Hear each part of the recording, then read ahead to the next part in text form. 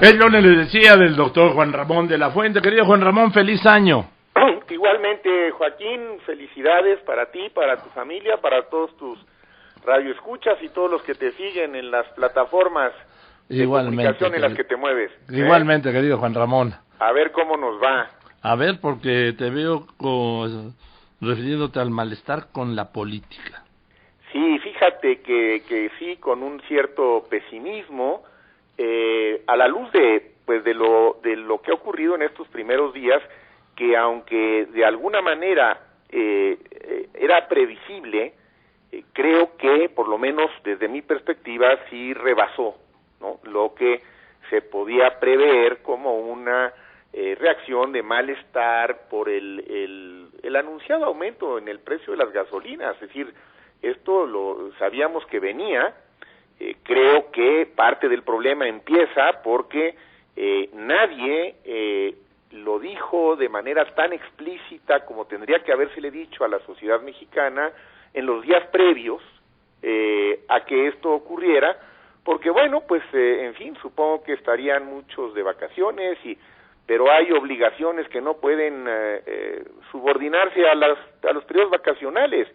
Parte de la molestia y del enojo creo que se ha debido a un grave problema de comunicación, aunque no es lo único ni necesariamente el fondo del problema. El fondo que trato de explicar en mi artículo de hoy en el Universal, el malestar con la política, es que hay raíces más profundas y que esto es, en cierta forma, como se ha dicho, la gota que derrama el vaso, pero que para entenderlo cabalmente tenemos que forzosamente, en mi opinión, hacer un análisis mucho más profundo. No es tan simple, Joaquín, no es una reacción lineal de causa y efecto, no todo puede explicarse por el aumento en el precio de las gasolinas, que ha sido el detonador, pero no es el único factor, como no lo ha sido tampoco el hecho de que haya habido provocadores y que haya habido saqueos y que haya habido todos estos desmanes reprobables, por supuesto,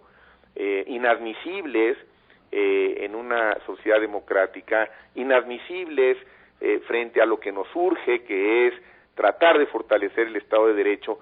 Pero antes de actuar hay que tratar de entender, en mi opinión, lo que está ocurriendo, y lo que está ocurriendo es que hubo una saturación de promesas incumplidas, reiteradas, cuando se empieza a tener cada vez más advertencia de lo que pudo ser y no fue, cuando nos damos cuenta de lo que hemos perdido, de lo que no debe haber sucedido, bueno, pues estas esperas tan largas de justicia y de bienestar, y en fin, van acumulándose, y entonces frente a un evento que evidentemente es en sí mismo, llamémosle traumático, porque todos sabemos que el aumento en el precio de la gasolina va a disparar, como ha ocurrido ya en estos primeros días, una serie de aumentos en el costo de la vida, y como estos pues no han venido acompañados de un aumento proporcional en el salario y en la capacidad adquisitiva de las personas, pues es natural que se dé una reacción como la que se ha estado dando, y lo que también me parece preocupante es que las respuestas frente a una situación de tensión tan compleja, pues no me parece que hayan estado a la altura de lo que hubiésemos querido. Entonces ha habido también un discurso que no convence, que no logra atenuar el malestar, al contrario, creo que lo exacerba, y me da la impresión de que en algún momento se ha perdido la conexión dialogante que tiene que haber siempre entre la sociedad y sus gobernantes, ¿no? A mí me preocupa que la eficacia del diálogo, de la discusión, de la controversia se nos esté de alguna manera diluyendo, porque son recursos que debemos de mantener siempre vigentes. Siempre tiene que poder haber una salida por la vía del diálogo. Es algo que no debemos, en mi opinión, nunca de abandonar. En eso no se debe claudicar. El diálogo debe seguir estando ahí, pero cuando ves que el diálogo empieza a perder eficacia, entonces a mí me parece que se prenden focos de alerta que van más allá del desmán que pueda haber habido ayer en la tarde o hoy en la mañana, ¿no? Me parece que la política pasa por un momento difícil, no nada más en México, sino en todo el mundo, pero en México pues la tenemos que entender en el contexto de lo que está ocurriendo y de un inicio de año que yo no sé qué piensas tú, Joaquín, tu audiencia. A mí me parece que desde 94... Ese es el ejercicio que hacía yo.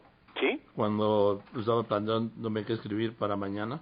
Sí. Decir que efectivamente, que desde la madrugada del 1, desde 94, pues con la erupción del ZN, la madrugada del 1 de enero, no había iniciado en escenarios diferentes, en proporciones diferentes, en tiempos diferentes, un año con tantos acontecimientos como este 2017. ¿Verdad? Sí, fíjate que, bueno, en mi ejercicio de memoria yo llegué exactamente a esa misma conclusión, de lo que yo me acuerdo, de lo que a mí me ha tocado vivir, de lo que tengo más advertencia, los inicios de año que siempre eran, ya sabes, la tradicional cuesta de enero, y en fin, los problemas de la economía que siempre han, de alguna manera, por estas épocas del año se agudizan. Pero yo no recuerdo un inicio de año más complicado y más confuso para México en estos últimos, que son ya de 94 para acá. Sí, ¿no? Y quizá antes, en otras condiciones, 1982 con López Portillo, que fue pues la segunda gran devaluación. La primera había sido 6 años antes, aquel 19 de febrero, ya cuando había dicho el 5 de febrero que defendería el peso como un perro en la quinta reunión de la República en Guadalajara. Después llegó el tema con la devaluación, los aumentos salariales del 10, 20 y 30%, la crisis con el sector privado y centralmente la expropiación bancaria y el control de cambios el 1 de septiembre del 82. Sí, así es.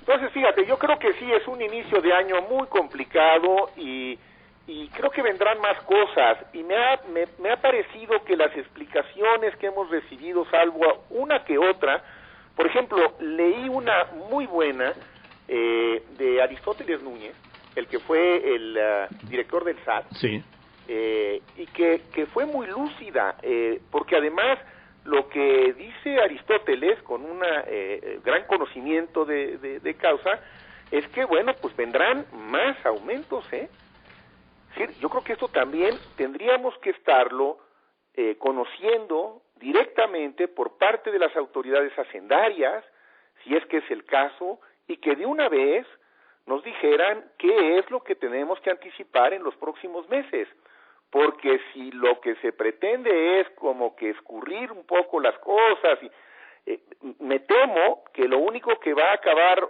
sucediendo es que cada vez la reacción va a ser más intensa y más complicada.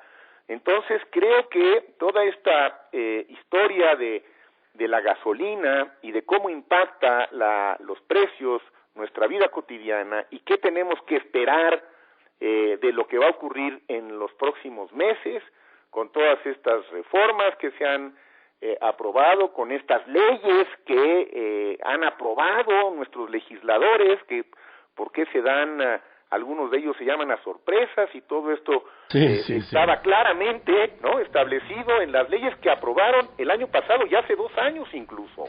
Sí, porque ahora resulta que nadie fue. Sí, ¿no? Ahora resulta qué barbaridad, nosotros no fuimos, ¿no? Bueno, se aprobaron ahí la ley de hidrocarburos, la ley de ingresos. Lo que faltó y sigue faltando a mi juicio es esa claridad que sí reconozco en el documento que te comento de Aristóteles. Es uno de los pocos que dicen con toda claridad, pues sí, esto es lo que tenía inevitablemente que ocurrir en función de lo que aprobaron nuestros legisladores en esas leyes y de una realidad compleja que hay que entender también, porque sí es una realidad muy complicada que no basta, en mi opinión, pero que para explicar lo que está pasando, pero que no podemos tampoco eludirla. Y es que, bueno, pues si sube el precio del petróleo y nuestra moneda está devaluada, obviamente el producto, o sea, la gasolina, va a ser más cara. ¿no? Bueno, no necesita tener un doctorado en eso, economía. No, eso es saber que 2 y 2 suman 4. Pues sí. Ahora, ¿vienen más aumentos? Pues ¿por qué no nos van de una vez diciendo los que conocen en detalle el asunto de qué magnitud son y cómo los vamos a enfrentar? Porque lo que no puede, en mi opinión, seguir ocurriendo es que a la sociedad se le pretenda tomar por sorpresa con decisiones que no son gratas, pero que también irrita el hecho de que al no hacerlas explícitas en tiempo, levanta necesariamente la sospecha de que quiso haber un engaño, de que se quiso ocultar parte de esa realidad, y eso también irrita. Sí, porque entonces la reacción es mucho más complicada de lo que parece, Joaquín.